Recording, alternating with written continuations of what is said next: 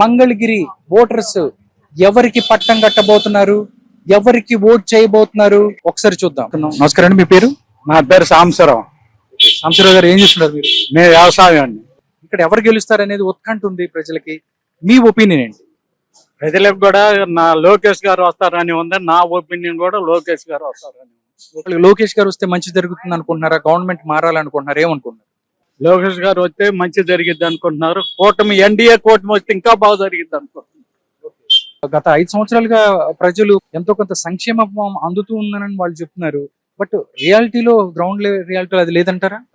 Ground లో ఏంటంటే ఇప్పుడు ఉద్యోగాలు లేవు ఎవరికి. చదువుకున్న వాళ్ళకి ఉద్యోగాలు లేవు. ఏదో కొద్ది మందికి ఇస్తామంటున్నారు, అయ్యి ఇవ్వట్లేదు. జీతాలు లేవు ఉద్యోగస్తులకి. ఇంకా ఏంటి ఇంకా వాళ్ళు ఇచ్చేది? ఓకే, అంటే సంక్షేమం ఇచ్చాం మేము, అమ్మఒడి వేస్తాం. అమ్మఒడి అంటే ఎవరికో కొంతమందికి వెళ్తానే, కొంతమందికి వెళ్తా. ఓకే, ప్రస్తుతం ఉన్న పరిస్థితుల్లో ఆంధ్రప్రదేశ్కి ఏం కావాలనుకుంటున్నారు? ఎలాంటి నాయకత్వం కావాలనుకుంటున్నారు? ఏం వస్తే బాగుంటుందని మీరు అనుకున్నారు? ప్రజలుగా ఎన్డీఏ ప్రభుత్వం వస్తే బాగుంటది అనుకుంటున్నారు. జనాలు ఇచ్చిన పథకాలను బట్టి ఈసారి సిద్ధం అన్నాక సిద్ధంగా లేరనుకో, ఇక ఇసుక కమలాసన్ అంటున్నారు చూసావా, వీళ్ళు ఇంకంతకన్నా కమలాసన్లు కాదు. కమలాసన్ అనే వ్యక్తుల వీళ్ళు. కమలాసన్ మంచి నటుడు, ఆస్కార్ అవార్డు గ్రహీత, పద్మభూషణ్ అన్ని గ్రహించిన వ్యక్తి. అట్లాంటిది మా జగన్కి ఇచ్చారు. కమలాసన్ అంటున్నారు. కమలాసన్ నిజంగా రాయి దాడి జరిగిందని మీరు అనుకుంటున్నారు? అంటే మీరు దాన్ని నమ్ముతున్నారని? నమ్ముతున్నా. అంటే ఎవరు చేసినా కానీ తప్పే, బట్ తప్పే. ఒక ముఖ్యమంత్రి పదవిలో లేదు, పదయాత్ర చేస్తున్నాడు, పాదయాత్ర చేస్తున్నాడు. ఆ టైంలో కరెంట్ ఎందుకు తీశారు? ఎవరు తీశారు? అది కూడా తెలియాల. అంటే గవర్నమెంట్, పోలీసు అవ్వచ్చు, లేకపోతే మిగతా ఇన్వెస్టిగేషన్ ఏజెన్సీలో డీజీపీని మొత్తం గవర్నమెంట్ కింద ఉంటది కదా. తీయండి, మీరే కోడికత్తి లాగా చేశారు అంటున్నారు. ఎట్లా చేస్తారు? కోడికత్తి బయటికి రాలేదా? వచ్చారుగా. 5 సంవత్సరాలు 5 years పట్టింది అన్నట్టు చెప్తున్నారు వాళ్ళు. 5 years అంటే 5 సంవత్సరాలు జైల్లో ఉన్న తర్వాత వచ్చారండి. వాస్తవమైన మాటే కదా. అది తెలియదేం కాదు అందరికి, సబ్ జనానికి తెలిసిందే, సభ్య సమాజానికి తెలియందే. సోషల్ యాక్షన్ టు సోషల్ రీచేంజ్ యార్. సార్, మొత్తం ఏం లేదు, ఈ 2024 ఎలక్షన్స్ లో వైఎస్ఆర్సీపీ ఎన్ని సీట్లు గెలుస్తుంది అని మీరు అనుకున్నారు ఒక పబ్లిక్ గా? నేనైతే 165, 110 వస్తాయి. గవర్నమెంట్ ఫామ్ అయ్యేది అదే. ఇంకా చేసేది ఏముంది, చెప్పేది ఏముంది? 110 వచ్చినా వచ్చే ప్రభుత్వం ఇదే. వీళ్ళు లబ్ధి పొందిన వాళ్ళు వేయలేదంటే వాళ్ళ అమ్మ బాబు పుట్టలా. నాకెవరు పెట్టి చెప్పట్లా. నాకై నేను మీ ఒపీనియన్ చెప్తున్నారు. నా ఒపీనియన్ ఇట్స్ గాన్ దేర్ యార్. I disclose my opinion gone. 100% అభిప్రాయాలు చెప్పే అధికారం అందరికి ఉంటది. ఇది వాక్ స్వాతంత్రం. రాజ్యాంగంలో డాక్టర్ బిఆర్ అంబేద్కర్ ఇచ్చిన వాక్ స్వాతంత్ర హక్కు, ప్రాథమిక హక్కుల్లో భావ స్వాతంత్ర హక్కు. ప్రతిపక్షాలు వాళ్ళు ఏం చెప్తారంటే ఓన్లీ సంక్షేమం ఇస్తున్నా, డెవలప్మెంట్ చేయలేదు అనేది ఒకటే ఒకలాగా. ఏం డెవలప్మెంట్ చేయలేదు? డెవలప్మెంట్ అవ్వలేదు. డెవలప్మెంట్ చేయలేదా? పోర్టు డెవలప్మెంట్ చేస్తే పల్లికారులకి అభివృద్ధి లేదా? చెప్పండి. ఓన్లీ పోర్టులు ఒకటేనా? పోర్టులు ఒకటేంది, ఇంకా వేరే వేరే ఏమి లేవా? వైద్యం లేదా? వైద్య హాస్పిటల్ కట్టి లేదా? ఎన్ని హాస్పిటల్ కట్టిస్తే ఎంతమంది విద్యార్థులు మన ఆంధ్రప్రదేశ్ లో వైద్య విద్య చదువుతున్నారు? మరి అది చెప్పండి. వైద్యం చదివితేనే కదా ఇంకొకరికి వైద్యం చేసేది, బ్రతికి జీవించాలంటే. గ్రౌండ్ లెవెల్లో ప్రజాభిప్రాయం ఏముంది? జగన్మోహన్ రెడ్డికి ఇంకోసారి గెలిపించుకోవడానికి సిద్ధంగా ఉన్నారనుకున్నారు? గ్రౌండ్ లో ప్రజాభిప్రాయానికే సిద్ధం. తను ఒకప్పుడు ఏమన్నాడు, ఒక్కసారి చూడండి అన్నాడు. ఈసారి ఏమన్నాడు, మీరు నమ్మిన మంచి నాయకుడికే ఓటేయండి అన్నాడు. అంతేగాని నాకే ఓటేయండి అనలా. అంటే మీరు నమ్మి మంచి సేవ చేసిన వ్యక్తికే ఓటు వేయండి అన్నారు తప్ప జై జై Jagan. Okay, all the best. నమస్కారం సార్, మీ పేరు? నా పేరు కాపో దేవదాసు, ఏమన్ గ్రామ పార్టీ అధ్యక్షుడు. సార్ చెప్పండి, మంగళగిరిలో ఎవరు గెలవబోతున్నారు? మొత్తం 175 నియోజకవర్గాలలో మంగళగిరి అనేది చాలా హాట్ నియోజకవర్గం. ఎవరు గెలబోతున్నారు అంటే ఏం చెప్తారు? ఈ రోజున తెలుగుదేశం పార్టీ జాతీయ ప్రధాన కార్యదర్శి గౌరవనీయులు నారా లోకేష్ బాబు గారు ఏ పులివెందులను ఎంచుకోలేదు, సొంత గేట ఎంచుకోలేదు, ప్రజల గేటని. మరి ఈ రోజున ఇక్కడికి వచ్చి ఆయన ఏరియా కాదు, ఇక్కడ బలగం లేదు, కులం లేదు, మతం లేదు. ఇక్కడ మంగళగిరిలో ఒకసారి ఓటం పోలైనా కూడా మరే అదే గడ్డ మీద ఎక్కడైతే ఓడానో అక్కడే గెలవాలని పట్టుదలతో ప్రజా సంక్షేమ కార్యక్రమాలు అనేకమైనవి చేసి ఈ రోజున తిరుగు లేకుండా మంగళగిరి గడ్డ అంటే లోకేష్ అడ్డాగా ఉందాడా. ఇలా లోకేష్ గారు 50,000 పై ఓట్లతో మెజారిటీతో గెలుతారని ఈ సభాముఖం తెలియజేస్తున్నాం. వైసీపీ చెప్తుంది నారా లోకేష్ మంగళగిరిలో, చంద్రబాబు నాయుడు కుప్పంలో, పవన్ కళ్యాణ్ పిఠాపురంలో ఓడించి తీరుతాం. ఏం చెప్తారు? దమ్ముంటే జగన్మోహన్ రెడ్డి మంగళగిరి రమ్మనండి, లేకపోతే కుప్పం వెళ్ళమనండి, లేదా బాలకృష్ణ మీద పోటీ చేయమన్నాడు. ఆయన ఇష్టం. ఈ ముగ్గురు మీద దేని మీద గెలిచినా కూడా ఇక్కడ మేము దేనికైనా ఆయన ఇచ్చిన సవాల్ స్వీకరిస్తాం. ఈ 3 నియోజకవర్గాల్లో ఆయనకు దమ్ము ఉంటే ఎక్కడైనా పోటీ చేయమనండి. అది దమ్ము అంటే ఆయన ఓడిచ్చేది ఏముంది, ఆయన రమ్మని చూసుకుందాం. ఇలా మంగళగిరిలో నామినేషన్ అయితే రమ్మనండి, జగన్ లోకేష్ చూసుకుంటా సిద్ధంగా ఉండండి, దానికి సిద్ధంగా ఉండాలని మేము తెలియజేస్తున్నాం. 2019లో ఇలాగే మాట్లాడారు, 2019లో ఓడిపోయారని చెప్తున్నారు. ఏం చెప్తారు ఇప్పుడు? ఎలక్షన్ అన్నాక ప్రతిసారి ఓటమి గెలుపు అనేది సహజం. ప్రతి ఒక్క మనిషికి ప్రతి ఒక్క పార్టీకి కూడా ఓటమి గెలుపు అనేది సర్వసాధారణంగా ఉంటాయి. ఆ రోజున తెలుగుదేశం ఓడిపోవచ్చు, ఆ రోజున 23 సీట్లకే అవ్వచ్చు. కానీ ఈ రోజున 23 సీట్ల కంటే వైఎస్ఆర్ సీట్ లోబడే ఉంటుంది తప్పితే 23 ఫిగర్ దాటి ఉండదని కూడా ఈ సందర్భంగా తెలియజేస్తున్నాం. గత 5 సంవత్సరాల్లో మంగళగిరి డెవలప్ కాలేదంటారా? ఎవరైతే ఎమ్మెల్యే ఉన్నారో ఆయన చేయలేదంటారా మీరు? ఒక మంగళగిరి కాదండి, ఆంధ్రప్రదేశ్ మొత్తం మీద కూడా ఎక్కడ కూడా ఏ నియోజకవర్గంలో ఒక పని చేసిన దాఖలు లేవు. అభివృద్ధి సంక్షేమ పథకాలనే ఎక్కడైనా కూడా అభివృద్ధి ఎక్కడ కూడా ఏ నియోజకవర్గం ఒక పని చెప్పండి. మీరు మీ ద్వారా ఒక పని చేశారని చెప్పండి. రాజధాని లేదు, పోలవరం లేదు, రోడ్డులు లేవు, ఏముంది ఆయన చేసిన అభివృద్ధి ఒక పని చెప్పండి. మనం ప్రజలకు చేసిన అభివృద్ధి కార్యక్రమం ఒక్కటి చెప్పాలని మనం చేస్తున్నాం. చేనేత కార్మికులు ఎవరైతే ఉన్నారో, చేనేత కులానికి సంబంధించిన వాళ్ళు మంగళగిరిలో ఎక్కువ ఉన్నారు, వాళ్ళకి టికెట్ ఇచ్చారు, వాళ్లే గెలిపించుకుంటారు అని చెప్తున్నారు. ఎంతవరకు నిజమేనంటారు ఇది? చేనేత కులం అవచ్చు, ఇంకో కులం అవచ్చు, ఏ కులం అయినా కూడా పార్టీ ఇక్కడ ఏం చేసింది. చేనేత కులం వాళ్ళకి ఉన్నారు కదా, ఇంతకుముందు ఇచ్చారు కదా, వాళ్ళ ద్వారా ఇక్కడ పార్టీకి ఏం చేశారు, ఈ మంగళగిరి నియోజకవర్గాన్ని ఏం చేశారు అది చూస్తారు. కానీ ఒక కులానికో ఒక మతానికో ఇవాళ ఇచ్చే 4 ఓట్లు ఉంటే ఎక్కువ ఇచ్చేది కాదు. పార్టీ అన్నాక, జనం అన్నాక అభివృద్ధి కానీ సంక్షేమం కానీ అన్ని చూసుకుని ఓట్లేస్తారు చెప్తే ఒక కులం మతం అనేది ఏముండదని నా సందర్భంగా తెలియదు. తెలుగుదేశం పార్టీకి ఎన్ని సీట్లు వస్తాయి అనుకుంటున్నారు మీరు? మీ అభిప్రాయం, గ్రౌండ్ రిపోర్ట్ ఏంటి? తెలుగుదేశం పార్టీకి 140 నుండి 150 సీట్లు లోపు వస్తాయని నేను తెలియజేస్తున్నా. మంగళగిరిలో ఎవరు గెలవబోతున్నారు అంటే మీరేం చెప్తారు? ఖచ్చితంగా ఈసారి నారా లోకేష్ గారు గెలుస్తారండి, అందులో ఎలాంటి సందేహం లేదు. ఎందుకంటే ఇక్కడ ఉన్నటువంటి చాలా మంది లేబర్ గానీ, చదువుకున్న విద్యార్థులు గానీ, మిడిల్ క్లాస్ వాళ్ళు గానీ అందరూ ఖచ్చితంగా ఈసారి నారా లోకేష్ గారు గెలవాలనేసి కోరుకుంటున్నారు. అది కూడా ఎందుకంటే లేబర్స్ కి పని లేదు, ఇసుక లేకపోవడం వల్ల చాలా ఇబ్బందులు పడుతున్నారు. అదేవిధంగా మధ్యతరగతి వాళ్ళు అధిక ధరల వల్ల చాలా ఇబ్బందులు పడుతున్నారు, సమస్యలు ఫేస్ చేస్తున్నారు. చదువుకున్న విద్యార్థులకు ఉద్యోగం లేదు, ఉపాధి లేదు, హామీలు లేవు.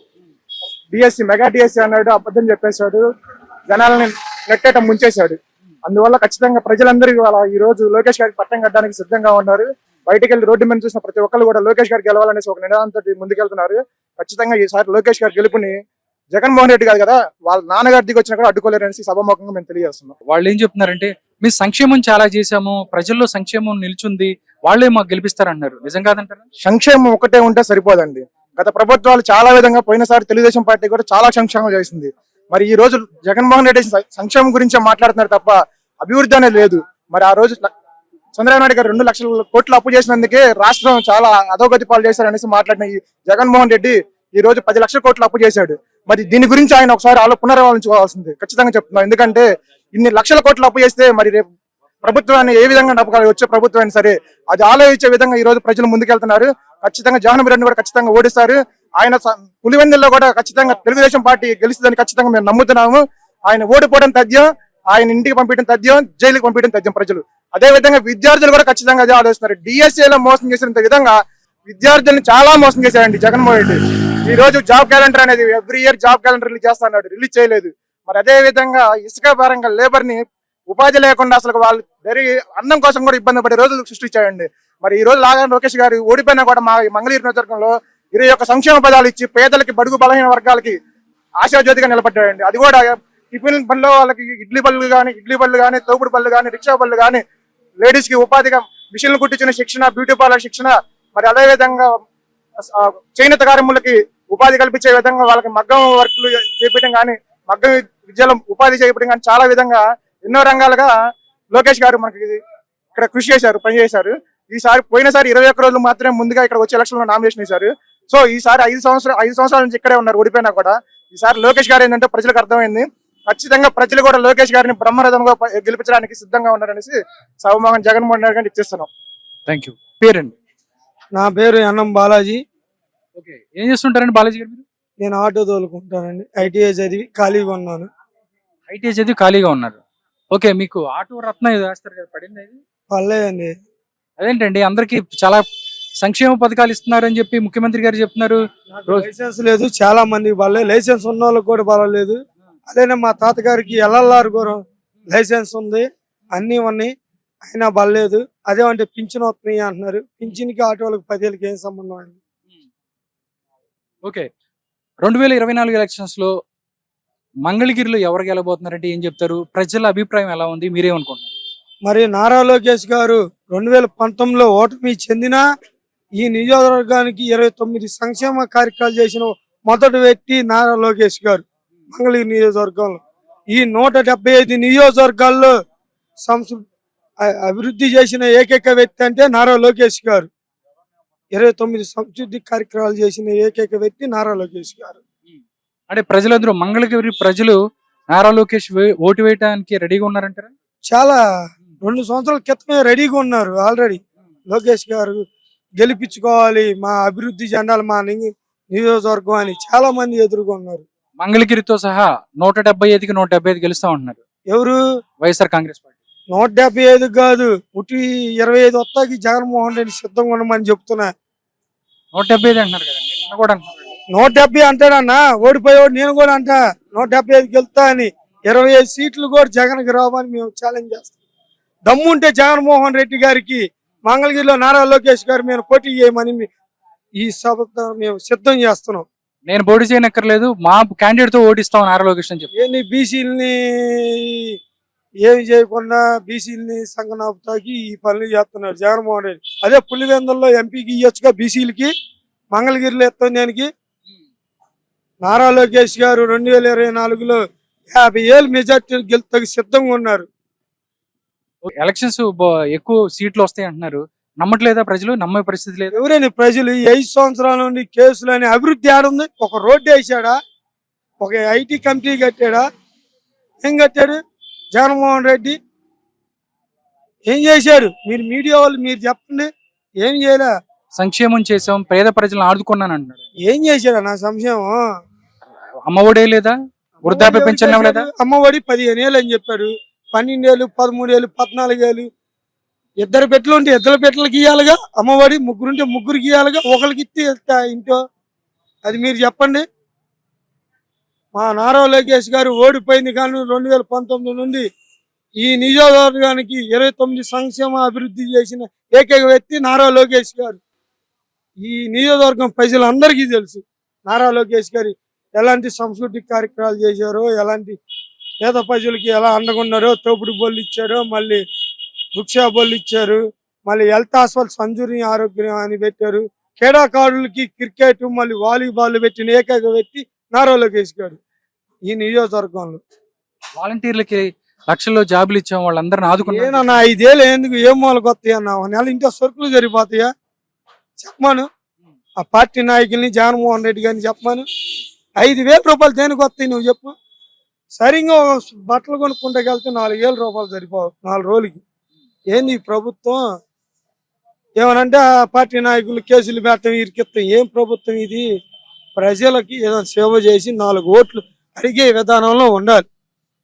ప్రజలకి ఇది నేను ఈ ఇంటికి ఈ సేవ చేశాను, ఈ గడపకి ఇది చేశాను, ఈ కాలనీకి ఇది చేశాను ఉన్నా ఇంతవరకు వైఎస్ఆర్ గవర్నమెంట్ మంగళగిరిలో ఇది చేశాను చెప్పమాను. నారా లోకేష్ గారు ఎన్ని అభివృద్ధి కార్యక్రమాలు చేశారు? 29 సంస్కృతి కార్యక్రమాలు చేసిన ఏకైక వ్యక్తి నారా లోకేష్ గారు ఈ నియోజకవర్గంలో. ఈ 175 నియోజకవర్గంలో ఏ నియోజకవర్గం చేయలే నారా లోకేష్ గారు. మంగళగిరి నియోజకవర్గం ఓడిపోయిన కానుండి అన్ని చేసిన ఏకైక వ్యక్తి నారా లోకేష్ గారు. ఎంత మెజారిటీ వస్తుంది? 50,000 పైన వచ్చింది. ఇది ఛాలెంజ్ చేసి చెప్తున్నా. జగన్ వచ్చినా ఏమని ఈ నియోజకవర్గంలో, జగన్ వచ్చినా ఏమని ఈ నియోజకవర్గంలో ఛాలెంజ్ చేసి చెప్తున్నా. జగన్ అయినా ఓడిపోతాడు. అది ఓకే. సొంత తల్లి నమ్మట్లా, సొంత చెల్లె నమ్మట్లా, సొంత సునీత అక్కయ్య నమ్మట్లా, ఇంకెవడైనా నమ్మేదాన్ని. ప్రజలందరూ మోసపోయి ఇసుగు పుట్టి ఈ జగన్ మాకు వద్దు, రాయి ఆడో కొట్టుకున్నాడు, మరి గజమాలో తలిగింది, ఎవడేం చేస్తాడు? అదే అంట నా మీద రాయి వేయించాడు. ఎవడేస్తా కట్టకి ఏడేస్తారా? ఏడేస్తాడు జగన్కి రాయి. అంటే మీరు తెలుగుదేశం పార్టీ వేయించింది అంటాడు ఆయన. ఎవడు తెలుగుదేశం పార్టీ చంద్రబాబు నాయుడు వేయించారు. చంద్రబాబు నాయుడు ఏపీఎలండి ఎన్ని చేస్తామండి. నేను ప్రజల పక్కన ఉండే నాయకుడు మా చంద్రబాబు నాయుడు గారు. అలాగనే మా పవన్ కళ్యాణ్ కూడా మరి ఎన్నో కష్టాలు పడి ఈ 10 సంవత్సరాల లోపల మరి తప్పు అని తెలుసుకునే ఏకైక వ్యక్తి మన పవన్ కళ్యాణ్ గారు. మరి చంద్రబాబు నాయుడు గారు, పవన్ కళ్యాణ్ గారు ఒక ఎత్తిగా ఈ ఆంధ్రప్రదేశ్ యువత ఉద్యోగాలు, యువత మోసపోతున్నారని కలిసిన ఏకైక వ్యక్తి ఉమ్మడిగా నారా లోకేష్ గారు, పవన్ కళ్యాణ్ గారు, చంద్రబాబు నాయుడు గారు. ఈ కూటమి 2024లో గెలుతున్న ఈ ఛాలెంజ్ చేస్తున్నాను నేను.